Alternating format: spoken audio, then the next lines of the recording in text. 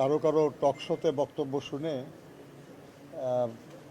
খুবই আপ্লুত হই আর কি, যে এমন সৎ, এমন নীতিবান মানুষ আর হয় না।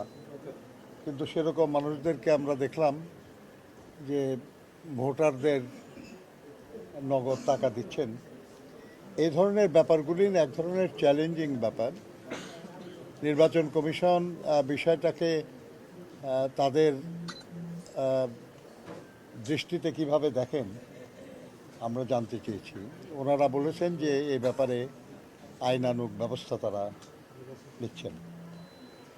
তাই চাই আমরা যে আইনানুগ ব্যবস্থায় যেন যারাই নির্বাচনের অন্যায্য বা অনৈতিক কোনো কাজ করবেন, সেটা বেআইনি কাজ করবেন, সেটার ব্যবস্থা নেওয়া হয়।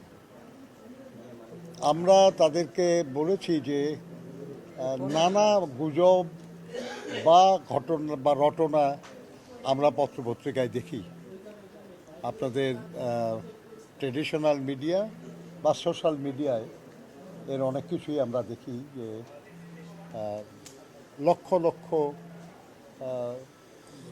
নারীদের বিশেষ কাপড় সেগুলো তৈরি হচ্ছে। আমরা দেখি যে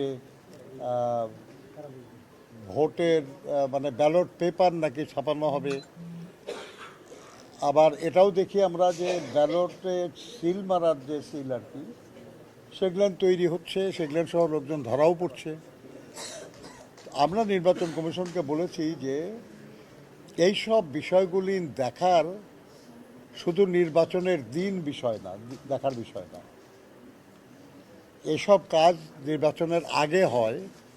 অতএব এখন আইন শৃঙ্খলা রক্ষাকারী বাহিনী, ইন্টেলিজেন্স এজেন্সিগুলি সবই নির্বাচন কমিশনের নিয়ন্ত্রণে। অতএব তারা এগুলি তাদের নজরে আসছে না কেন? তাদের এই বিষয়গুলিতে আরও কঠোর দৃষ্টি দেওয়া প্রয়োজন, যাতে করে এই ধরনের কোনো অনাচার কেউ করতে না পারে। আমরা তাদেরকে বলেছি যে কিছু কিছু মানুষ নিজেদেরকে অত্যন্ত ক্ষমতাবান মনে করেন এবং তারা যে কাউকে যে কোনো ভাষায় কথা বলেন।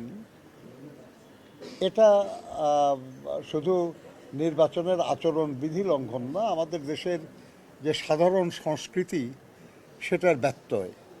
নির্বাচন কমিশনকে অভিযোগ জানানোর পরেও এই ধরনের ব্যাপারে তেমন কোনো ব্যবস্থা নেওয়া হয় নাই। এটা খারাপ দৃষ্টান্ত স্থাপন করছে, এটা বন্ধ হওয়া দরকার।